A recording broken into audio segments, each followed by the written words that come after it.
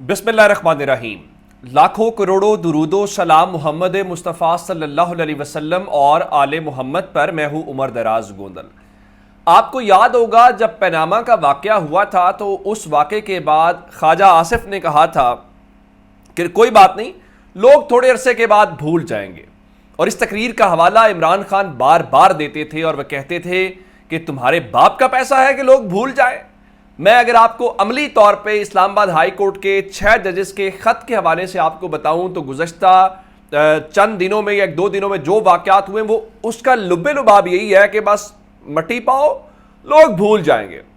لیکن مسئلہ پھر عمران خان کا ہے کہ عمران خان ہے تو پھر یہ کام نہیں ہو سکتا۔ اب میں اس میں آپ کو ڈیولپمنٹ یہ بتانا چاہتا ہوں، چونکہ پاکستان تحریک انصاف نے نمبر 1 انکوائری کمیشن مسترد کیا اور کہا کہ اوپن کورٹ کے اندر مسئلہ حل ہونا چاہیے۔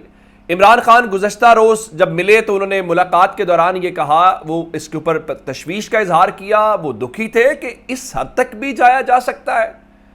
اب میں آپ کو کل بتا چکا ہوں کہ یہ دبنے والا معاملہ نہیں ہے، یہ جو دبانے کی کوشش کر رہے ہیں نا، وہ اسناد ملک صاحب کورٹ رپورٹر ہیں، وہ بتا رہے تھے کہ انہوں نے اپنے 15 سالہ صحافتی کریئر میں کبھی بھی انتظامیہ یعنی حکومت اور عدلیہ کے درمیان یہ ہم آہنگی نہیں دیکھی جو ابھی ہے۔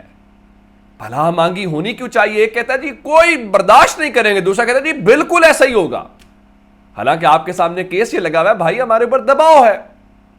اب تحریک انصاف نے اس چیز کو لے کے دیکھیے، یہ پاکستان کے اندر ہی ہو سکتا ہے کہ ریٹائرڈ لوگ حاضر سروس کو انصاف دلائیں گے۔ اور ذرا اندازہ لگائیے، وہ عامر سعید عباسی نے ٹویٹ کیا کہ ایک وکیل کی رائے تھی کہ حاضر سروس کو تو اپنے گھر میں سالن کوئی نہیں دیتا،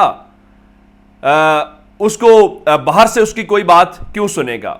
پھر سب سے اس کے اوپر جو دلچسپ تبصرہ ہے وہ شیر افضل مروت کا تھا۔ شیر افضل مروت نے کہا کہ ریٹائرڈ ججوں کو تو خاندان والے اپنے پوتوں اور نواسوں کے خطروں پر بھی نہیں بلاتے، وہ اتنے ارریلیونٹ ہو جاتے ہیں ریٹائرمنٹ کے بعد، اور آپ ان کو یہ سمجھ رہے ہیں کہ وہ حاضر سروس کو انصاف دلائیں گے۔ پھر ایک دلچسپ تبصرہ اور عدیل سرفراز صاحب کا تھا، کہنے لگے سپریم کورٹ کے ریٹائرڈ جج پر مشتمل انکوائری کمیشن کی تشکیل پر خط لکھنے والے جج صاحبان میں تو خوشی کی لہر دوڑ گئی ہوگی۔ اس سے ثابت یہ ہوا کہ ریٹائرڈ کسی بھی محکمے کا ہو، اس کا پاکستان کے اندر مستقبل بہت روشن ہے۔ نوجوانوں کو یہ ملیں یا نہ ملیں، ان کو ضرور ملیں گے۔ لیکن اصل بات ہے کہ اب دیکھیے نا کہ اگر پیپلز پارٹی کہے جی صورتحال تشویشناک ہے، آئینی حقوق کا عدلیہ کے سوا کوئی تحفظ نہیں کر سکتا، اب عدلیہ نے کسی کے آئینی حقوق کی تحفظ کیا کرنا ہے جب ان کے اپنے ججز جو ہے وہ کہہ رہے ہیں بھائی ہمارے ساتھ یہ ہوا ہے۔ اور آپ حکومت دیکھیں، دنیا میں کیا ہوتا ہے، دنیا میں حکومتیں بھی عدلیہ کے پاس آتی ہیں کسی مسئلے کے لیے، انصاف کے لیے کہ آپ ہمیں انصاف دیں۔ پاکستان میں قاضی فائز عیسیٰ کے دور میں یہ ہوا ہے کہ عدلیہ انصاف کے لیے حکومت کے پاس جا رہی ہے۔ واہ واہ واہ، یہ پاکستان میں ہی ہو سکتا ہے، کسی اور ملک میں نہیں ہو سکتا۔ اب میں آپ کو بتانا یہ چاہتا ہوں کہ پاکستان تحریک انصاف سے متعلق کہ کم از کم تحریک انصاف یہ کہہ تو رہی ہے کہ اس معاملے کو دبنے نہیں دیں گے، وہ انکوائری کمیشن ہو، وہ ریٹائرڈ جج کا معاملہ مسترد کرنا ہو، یا قاضی فائز عیسیٰ صاحب کو کہنا ہو کہ اپنے ساتھی ججز کو انصاف دے دیں، باقی کو چھوڑیں۔ اب لگتا یہ ہے کہ پاکستان تحریک انصاف نے اس سلسلے میں باضابطہ فریق بننے کا فیصلہ کر لیا ہے۔ کم از کم ہائی کورٹ کے ججز کو اب خوش ہونا چاہیے کہ ملک کی سب سے بڑی پارٹی ان کے اس تحفظ کے لیے بول رہی ہے۔ تحریک انصاف کو پہلے دن سے ٹون سخت ہونی چاہیے تھی، گو کہ ہمیں وہ ٹون تھوڑی سی سلو لگی، لیکن چلے کور کمیٹی کا اجلاس ہوا، اس کور کمیٹی کے اجلاس کے بعد ذرا تحریک انصاف والے ایکٹیو ہوئے ہیں۔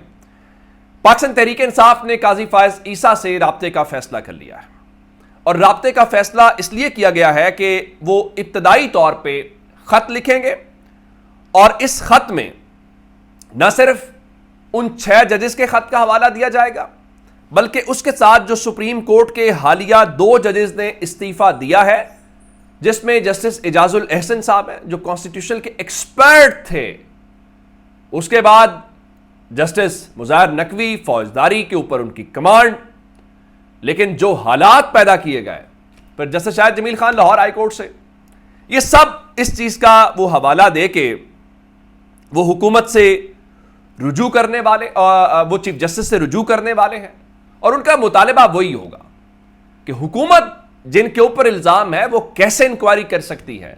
اس لیے سپریم کورٹ کے حاضر سروس ججز کے اوپر یہ کام کرنے دیں, ورنہ پاکستان میں کوئی سچ نہیں بولے گا. اب تحریک انصاف ایک بار پھر عوامی رابطہ مہم شروع کر رہی ہے. آپ جانتے ہیں کل تحریک انصاف جو ہے, میں آپ کو بتا دیتا ہوں کہ انہوں نے کور کمیٹی کی جو گزشتہ روز میٹنگ ہوئی ہے اس میں یہ فیصلہ کیا گیا ہے کہ احتجاجی تحریک کیسے شروع کی جائے گی. ایک ذیلی کمیٹی تشکیل دی گئی اور کل دن تک یعنی آج دن تک جو ہے انہوں نے اس کے اوپر اپنی جو سفارشات ہیں وہ سامنے رکھنی ہیں آج. لیکن بہرحال مراد سعید کے مطابق باجوڑ اور بریکوٹ میں احتجاج ہوگا. اس کے علاوہ اتوار کے دن پشاور کے اندر پاکستان تحریک انصاف نے بڑی ریلی نکالنے کا اعلان کیا ہے, اور آپ جانتے ہیں کہ فضل الرحمان بھی ایک مہم چلانے کا ارادہ رکھتے ہیں.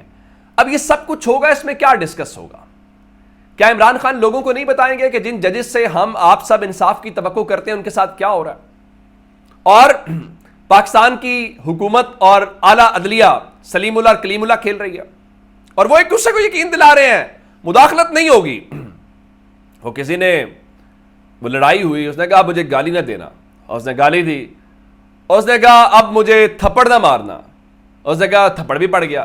تو وہ جو ابھی دھمکی اور یہ بولا وہ چیزیں نا کہ مجھے یہ نہ کرنا, اور وہ بھی ہو رہا ہے.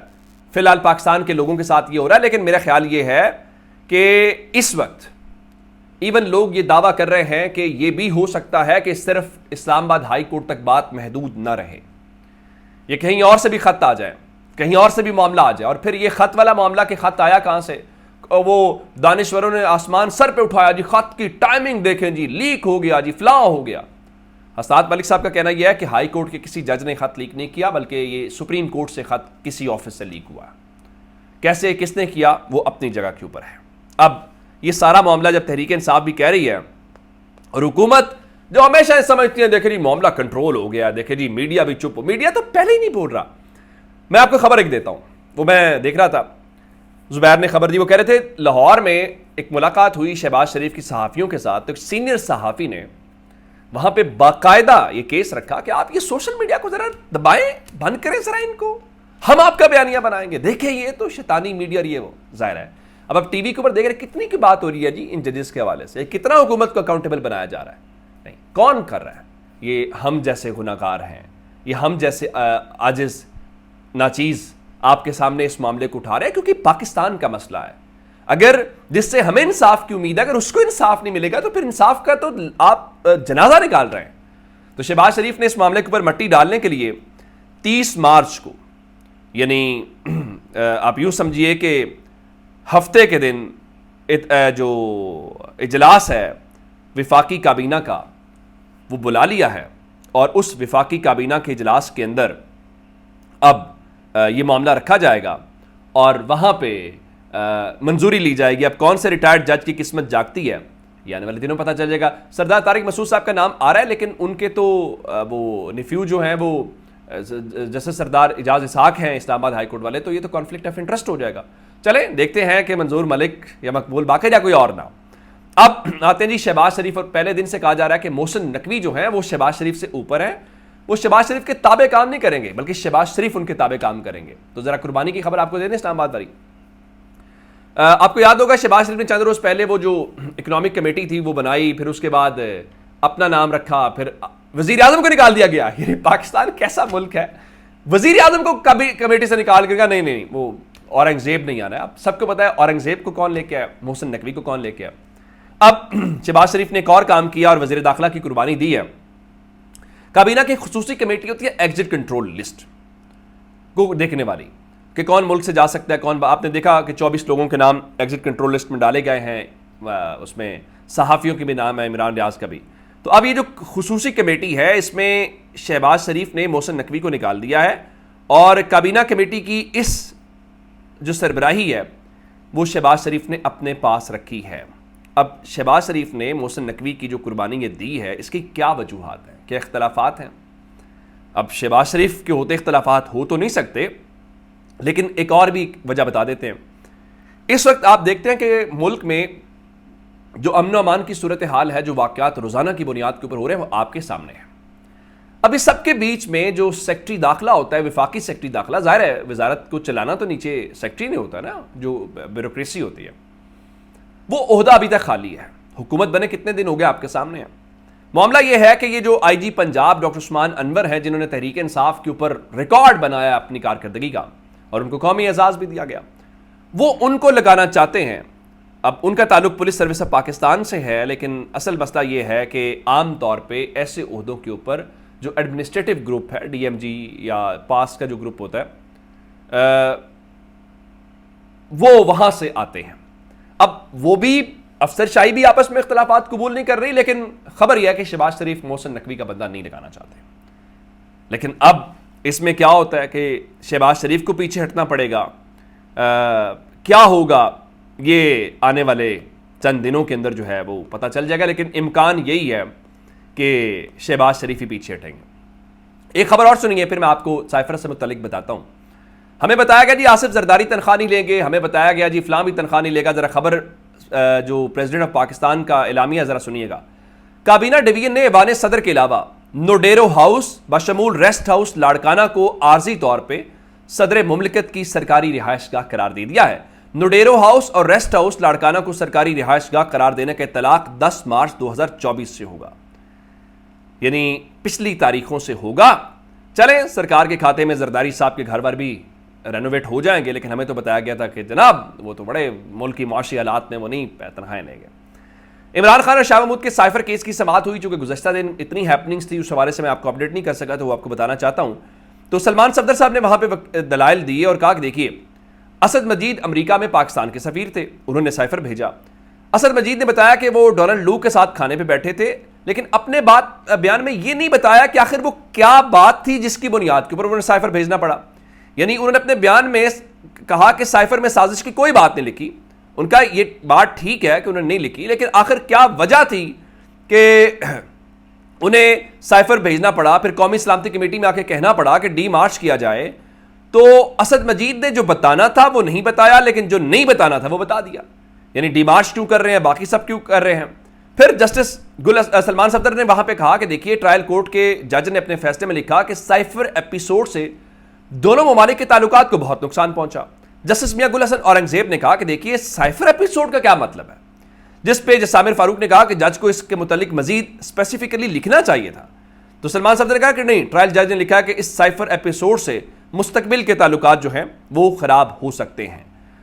جس پہ سلمان صفدر نے کہا مجھے تو پروسیکیوشن کا یہی کیس سمجھ آیا کہ سائفر معاملے پہ امریکی ناظم الامور کا میسج آیا کہ اس پر سابق وزیر اعظم اور وزیر خارجہ کو جیل میں ڈال دیا گیا کہ ایسا کرنے سے وہ خوش ہو جائیں گے. اچھا، اس کے بعد سلمان صفدر نے کہا کہ اعظم خان جو ہیں ان کے جو سٹار گواہ ہیں، انہوں نے کہا کہ انہیں نہیں معلوم کہ عمران خان نے جلسے میں وہ جو کاغذ لہرایا تھا وہ کیا تھا. کسی کو نہیں معلوم، حتیٰ کہ پرنسپل سیکرٹری کو بھی نہیں پتا کہ جو ڈاکومنٹ لہرایا گیا وہ کیا تھا. ہاں، اگر اعظم خان اپنے بیان میں یہ کہتا کہ انہوں نے اس ڈاکومنٹ کو کھولا تھا، اس کو پڑھا تھا، تو پھر صورتحال مختلف ہوتی. یہ کہنا تھا جسٹس عامر فاروق کا. اب یہ معاملہ وہاں پہ آتا گیا اور عامر فاروق نے کہا اس کیس میں اسد مجید اور اعظم خان سٹار وٹنس ہو سکتے ہیں، لیکن اسد مجید کی گواہی میں ایسا کچھ نہیں ہے. اب یہ ساری باتیں اپنی جگہ کے اوپر ہیں، لیکن اب اس حوالے سے جسٹس گل حسن اورنگزیب نے کہا کہ قومی سلامتی کمیٹی نے امریکی سفیر کو ڈی مارچ کرنے کی سفارش کی. ڈی مارچ ہوا، قومی سلامتی کے دوسرے اجلاس میں پہلے کی توثیق ہوئی. ڈی مارچ کا مطلب ہے کہ آپ کو ٹھیس پہنچی، یو آر اوفینڈڈ. اچھا، اس کے بعد کیس کی سماعت جو ہے وہ جناب منگل کے دن تک ملتوی کر دی گئی ہے اور 2 اپریل کو سماعت ہوگی، جہاں پہ سلمان صفدر اپنے دلائل مکمل کریں گے. اب تک کی اپڈیٹ سے اپنا بہت سارا خیال رکھیے گا. خدا حافظ.